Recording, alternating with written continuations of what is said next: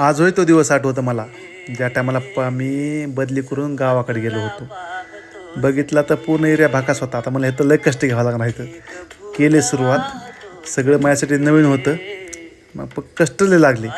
पण असं कधी वाटलं नाही की ह्या खडकावर मी संत्री, मोसंबी किंवा असे आंबेचा आस्वाद घेईन.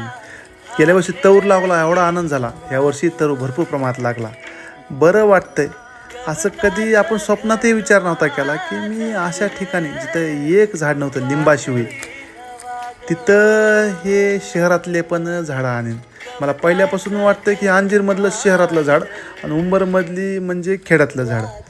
चल पण इथं अंजीर आलं, त्याचा आस्वाद घेतला. आता फक्त आनंद घ्यायचे दिवस आहेत. कष्टाचे दिवस सरासरी संपलेत. पण आता आठवड्यात जातो, पाणी देतो, मग पप्पाही लक्ष असतं ह्याच्यावर. चला, भारी एकदम जीवनाचा आनंद ही आनंद.